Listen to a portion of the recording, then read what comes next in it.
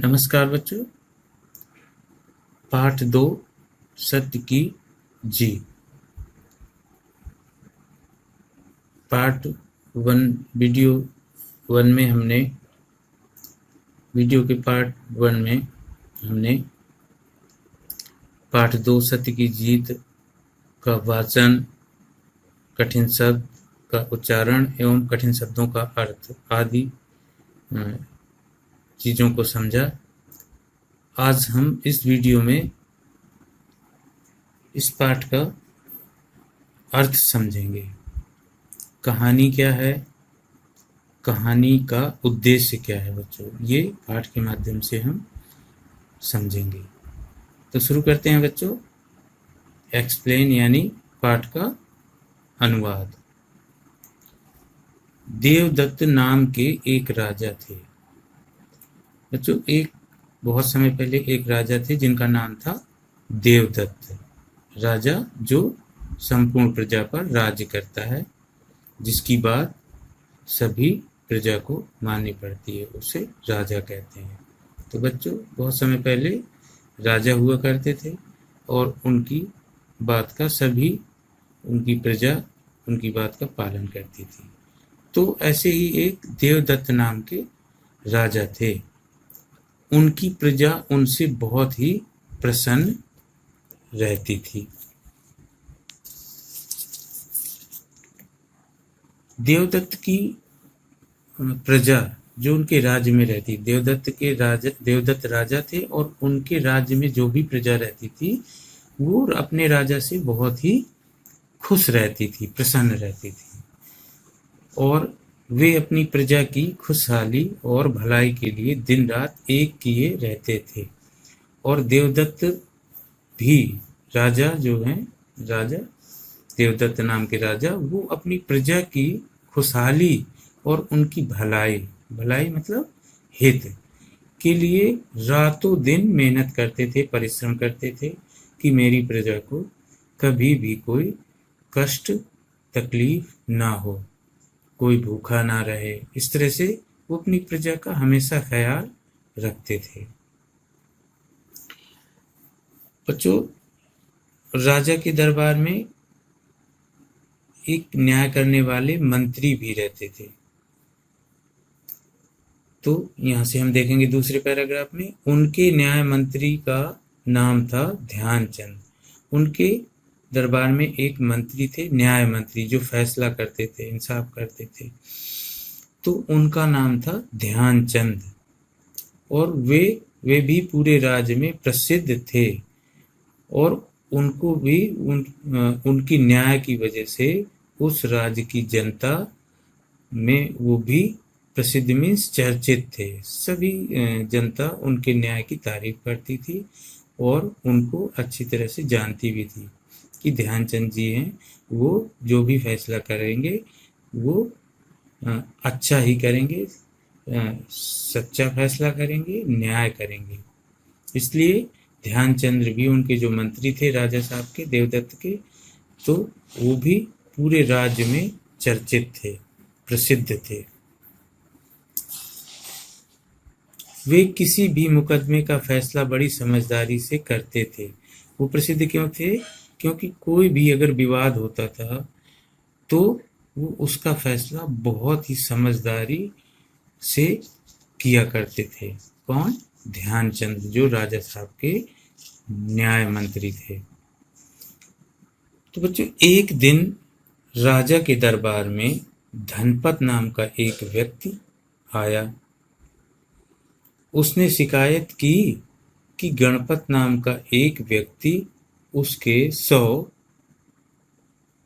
सोने के सिक्के लौटाने से मना कर रहा है। बच्चों, एक दिन देवदत्त राजा के दरबार में एक धनपत नाम का आदमी आया और उसने राजा से ये शिकायत की कि एक गणपत नाम का व्यक्ति है, आदमी है, जो उसके 100 सोने के सिक्के वापस नहीं कर रहा है। बच्चों, गणपत और धनपत दोनों कभी मित्र थे और धनपत ने गणपत के मांगने पर कभी सोने के सिक्के अपने मित्र को यानी गणपत को दिए। बच्चों, पहले जब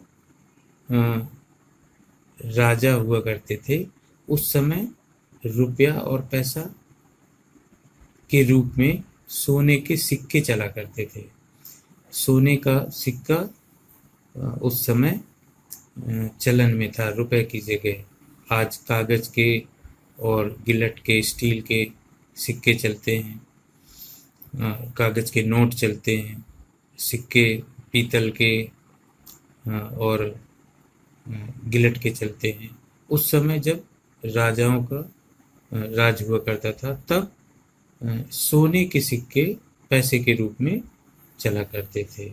लोग जो भी सामान लेते थे तो उसके बदले में सोने का सिक्का दिया करते थे। या लेन देन, किसी से लेना हो या किसी को देना हो, किसी को जरूरत हो, तो रुपए के रूप में सोने का सिक्का चलन में था। तो कभी धनपत ने गणपत के मांगने पर उसे 100 सोने के सिक्के दिए और जब धनपत ने वो सिक्के वापस मांगे तो गणपत ने देने से इनकार कर दिया, जिसकी शिकायत करने धनपत देवदत्त राजा के दरबार में आया कि एक व्यक्ति जिसका नाम गणपत है वो मेरे 100 सिक्के वापस करने से मना कर रहा है।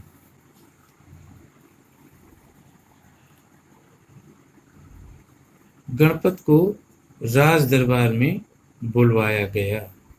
राजा ने तुरंत गणपत को अपने दरबार में, राज दरबार जहाँ पर राजा साहब फैसला करते हैं, वो उसे राज दरबार कहा जाता है। तो राज दरबार में गणपत को बुलवाया गया। वहाँ वो सिक्के लेने की बात से साफ मुकर गया। जब गणपत राज दरबार में आया और राजा ने पूछा कि आप धनपत के 100 सोने के सिक्के वापस क्यों नहीं कर रहे हैं, तो गणपत साफ इनकार कर गया कि राजा साहब मैंने कभी सिक्के लिए ही नहीं है। वो साफ मुकर गया यानी इनकार कर गया। इस बात का कोई और गवाह भी नहीं था। बच्चों, पैसे कब दिए, धनपत ने पैसे कब दिए और गणपत ने पैसे कब लिए, इसका कोई साक्षी नहीं था, गवाह नहीं था।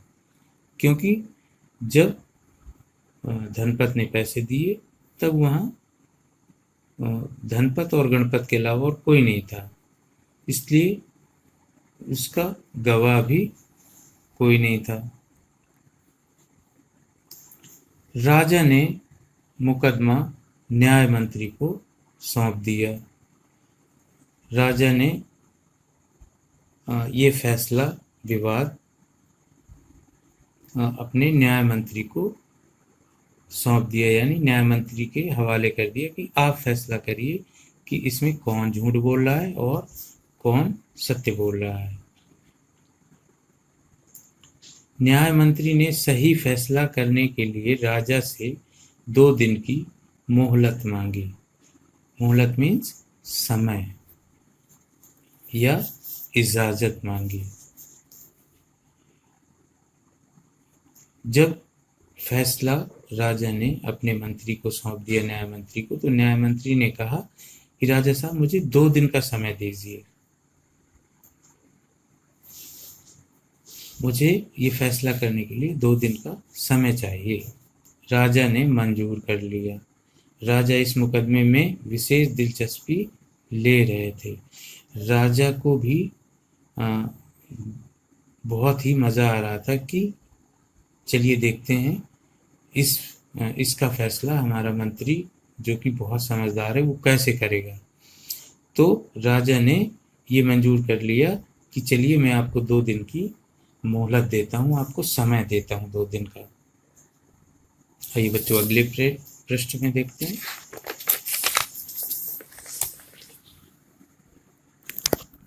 न्याय मंत्री ने एक बार फिर दोनों का पक्ष सुना।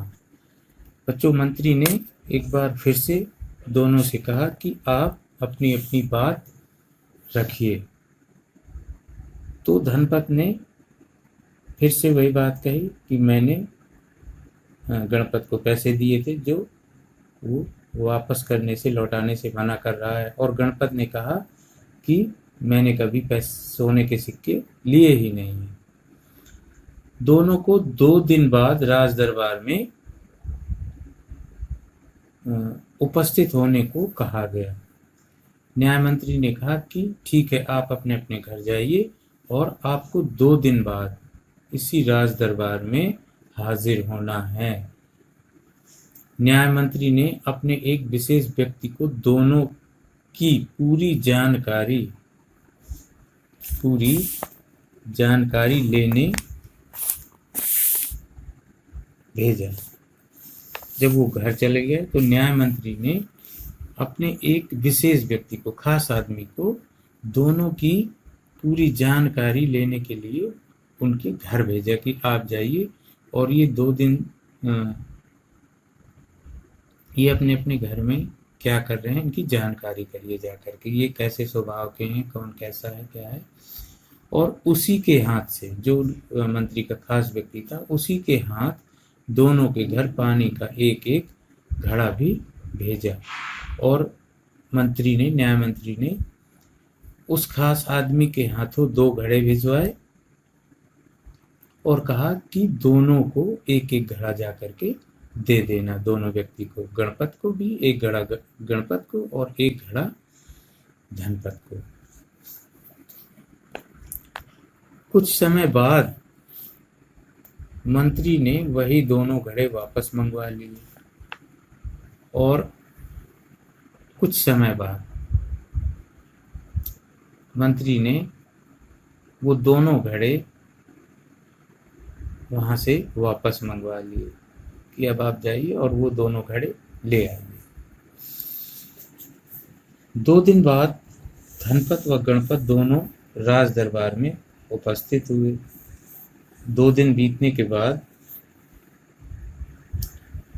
जैसा कहा गया था धनपत और गणपत को कि आप 2 दिन बाद राज दरबार में आइए, हाजिर हो जाइए, तो वो 2 दिन बाद धनपत और गणपत पुनः राज दरबार में हाजिर हुए। राजा भी न्याय मंत्री का फैसला सुनने को उत्सुक थे। राजा को भी बड़ी दिलचस्पी थी, बड़े इच्छुक थे कि हमारे न्याय मंत्री इस विवाद का कैसे फैसला करते हैं। तो राजा को भी बड़ी उत्सुकता थी। न्याय मंत्री ने अपना फैसला सुनाया। इसके बाद न्याय मंत्री ने अपना फैसला सुनाना शुरू किया। उन्होंने कहा कि ऐसा प्रतीत होता है कि गणपत झूठ बोल रहा है। राजा ने पूछा, कैसे? मंत्री ने अपना फैसला सुनाया, कहा कि राजा साहब, मुझे ऐसा लग रहा है कि गणपत झूठ बोल रहा है। गणपत क्या कह रहा था कि मैंने सोने के सिक्के नहीं लिए। तो मंत्री ने कहा कि गणपत झूठ बोल रहा है, ये वो झूठ कह रहा है कि मैंने सोने के सिक्के नहीं लिए, गणपत ने सोने के सिक्के लिए हैं। राजा ने पूछा कि आप ये कैसे कह सकते हो कि गणपत ही झूठ बोल रहा है? न्याय मंत्री ने कहा कि मैंने इन दोनों के पास पानी का एक एक घड़ा भेजा था। उन घड़ों में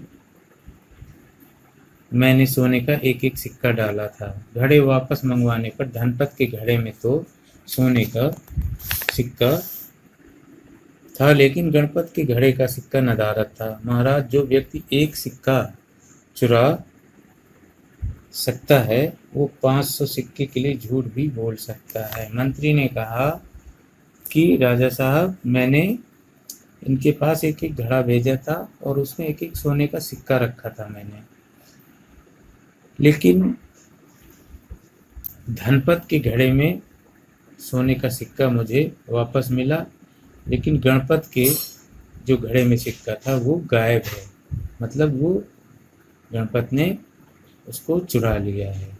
तो महाराज जो एक सिक्का चुरा सकता है वो 500 सिक्कों के लिए झूठ भी बोल सकता है।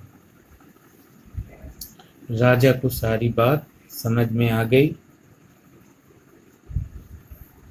राजा ने कड़कती आवाज में, कड़कती आवाज मतलब तेज, चिल्लाकर जोर से आवाज में कहा कि यदि राज दरबार में कोई व्यक्ति झूठ बोलने का दुस्साहस करेगा तो उसे सख्त सजा दी जाएगी। राजा ने कहा कि ये सभी कान खोलकर सुन लीजिए कि मेरे राज दरबार में यदि किसी ने भी झूठ बोलने का दुस्साहस यानी हिम्मत, बुरी हिम्मत, झूठ बोलना, झूठ बोलने की हिम्मत करना मतलब बुरी हिम्मत करना, तो झूठ बोलने की हिम्मत की तो मैं उसे कठोर से कठोर सजा दूंगा। और गणपत, यदि तुमने धनपत से सिक्के लिए हैं तो सच सच बता दो, झूठे साबित हुए तो सख्त सजा दूंगा। और गणपत से कहा कि गणपत, यदि आपने धनपत से सिक्के लिए हैं तो सत्य बोलो, सच्ची बात बताओ। अगर आप झूठे साबित हुए तो मैं आपको बहुत बड़ी सजा, बहुत कठोर सजा दूंगा। गणपत ये सुनकर डर गया और गणपत ने तुरंत स्वीकार कर लिया कि उसने सिक्के लिए थे और शीघ्र ही लौटाने का वादा भी कर दिया। इतना सुनकर राजा की आवाज़ सुनकर, राजा को गुस्से में देखकर गणपत ने तुरंत ये बात स्वीकार कर ली कि राजा साहब मैं झूठ बोल रहा था, मैंने सिक्के लिए हैं और मैं बहुत जल्दी ही धनपत के सोने के सिक्के वापस कर दूंगा, ये मैं आपसे वादा करता हूँ, आपको वचन देता हूँ। दरबार में, राज दरबार में उपस्थित सभी ने न्याय मंत्री की बुद्धिमत्ता की तारीफ की। जब ये फैसला हो गया, इस विवाद का, मुकदमे का फैसला हो गया कि कौन सच्चा है कौन झूठा, तो राज दरबार के सभी लोगों ने, सभी जितने भी लोग राज दरबार में मौजूद थे, उन्होंने मंत्री के ज्ञान की, बुद्धि की प्रशंसा की, सभी ने तारीफ की, प्रशंसा की। तो बच्चों, इस पूरे पाठ से हमें ये सीख मिलती है कि झूठ कितना बड़ा हो, कितना शक्तिशाली हो, लेकिन अंततः एक ना एक दिन हमेशा सत्य की ही जीत होती है। सत्य कभी नहीं हारता और झूठ को हमेशा ही हारना पड़ता है। इसलिए हमें भी ये बात याद रखनी चाहिए कि हमें सत्य बोलने की कोशिश करनी है, हमेशा सत्य बोलना है और सत्य का ही साथ देना है, झूठे का साथ नहीं देना, झूठ का सहारा हमें कभी नहीं लेना, क्योंकि सत्य सत्य है और झूठ झूठ है। आइए बच्चों, इस पाठ के माध्यम से हमें कुछ और भी सीख मिलती है, ज्ञान मिलता है। तो इन पंक्तियों में कुछ लाइनें दी गई हैं, इस तालिका में कुछ लाइनें दी गई हैं, उनको हम पढ़ते हैं और कुछ नई बातें सीखते हैं। पहली लाइन में लिखा है कि पूरे मीन्स संपूर्ण, पूरे विश्व के महापुरुषों ने सदा सत्य का ही साथ दिया है। बच्चों, जो भी हमारी दुनिया है, जो हमारा संसार है और संसार में जितने भी अच्छे व्यक्ति हुए हैं, महापुरुष हुए हैं, उन्होंने हमेशा सत्य को अपनाया है, हमेशा उन्होंने सत्य बोला है और सत्य का ही साथ दिया है। झूठ जो है वो झूठ का सहारा उन्होंने कभी नहीं लिया। इसलिए हमें भी सत्य का ही मार्ग अपनाना है, सत्य के रास्ते पर, सच्चाई के रास्ते पर चलना है। दूसरा है बच्चों, भारत के एक ऋषि मुनि ने कहा था कि सत्य वो दौलत है जिसे पहले खर्च करो और जीवन भर आनंद पाओ। हमारे देश के एक ऋषि थे, ऋषि मुनि मतलब एक ऋषि, हाँ, तो उन्होंने कहा था कि सत्य वो दौलत है जिसे पहले खर्च करो और जीवन भर आनंद पाओ।